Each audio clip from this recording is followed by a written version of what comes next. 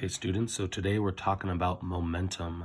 Momentum is defined as the quantity of motion or the quantity obtained when you have a mass in motion. So this is the top half of your paper. Take a moment to pause your video and now format your paper to look like this. Okay, good. Now that you've pre-copied this information, we're going to talk about this formula.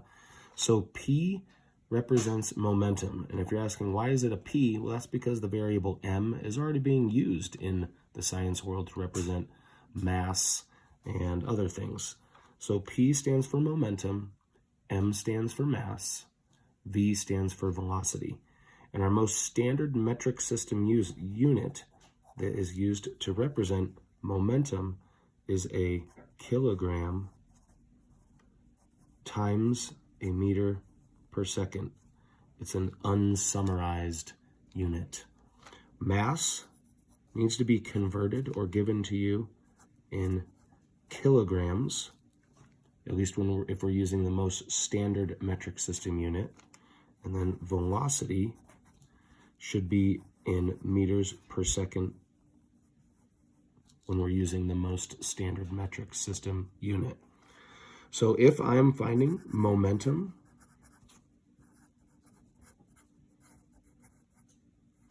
the variable used to represent momentum is a P, and its unit is a kilogram meter per second. Mass is our next measure that's involved, and mass is represented with an M, just how it always has been, and its unit is a kilogram. And then last we have velocity.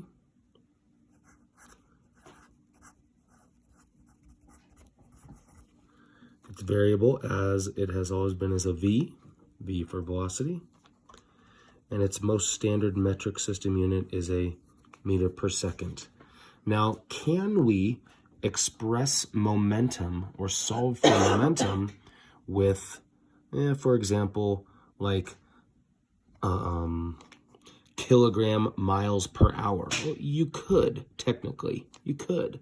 But again, the most standard metric system units that we want to use are always best, because then those units that we get can be generalized out for other applications, especially if we want to start combining it and talking about forces or impulse or things like that. Right, so again, just a reminder, if I'm given momentum and I'm given mass, I could solve for velocity, and the math equation I get to solve for the velocity would be to cover it up in my circle solver. So if I'm finding velocity, I cover up the V, and velocity is equal to the momentum divided by the mass. If I want to find the mass, I cover up the M, and M is equal to the momentum divided by the velocity. And if I want to find momentum, I cover up that variable, and momentum is equal to the mass mass multiplied by velocity. Okay, so now that's the math of it, that's the equation of it. So let's move on down to our definitions. So in short, this is a summarized to the point definition. Momentum is the quantity of motion that an object has, sometimes also thought of as the mass in motion. It's a quantity of motion. And since all known tangible objects have a mass, if they move and therefore have velocity, they have momentum. Something else to know about momentum: momentum is a vector quantity, meaning that we can use those vectors. And in a way, I've kind of defined what a vector is for you again, because I know that that still is an emerging concept for many of us. But a vector is an arrow that represents the direction and magnitude of a given measure. And in this case, that measure is momentum. So a vector quantity is what momentum is, meaning that we can use arrows that represent the direction and magnitude of that momentum to create diagrams that then represent this quantity of motion for an object. So let's do an example problem. So let's say that you have an object with a mass of 10 kilograms and it travels 2 meters per second. Find its momentum. This sounds like it's a bowling ball or something maybe that's been thrown down a track. So I'm going to start always, as we've been working on, define your variables.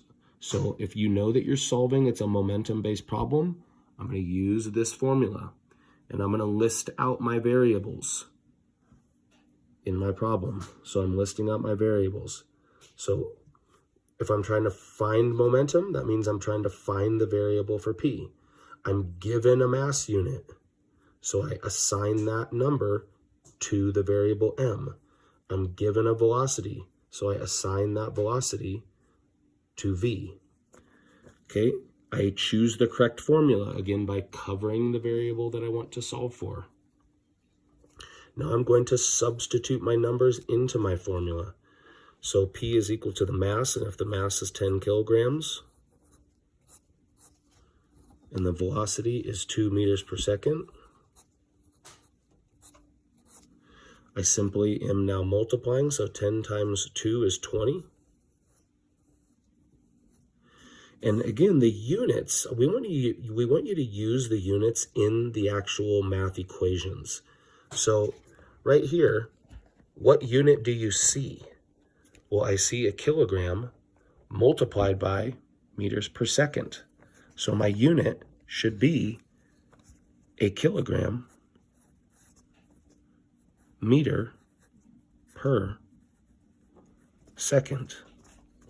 So I can summarize and write my answer out very obviously, that momentum is equal to 20 kilogram meters per second.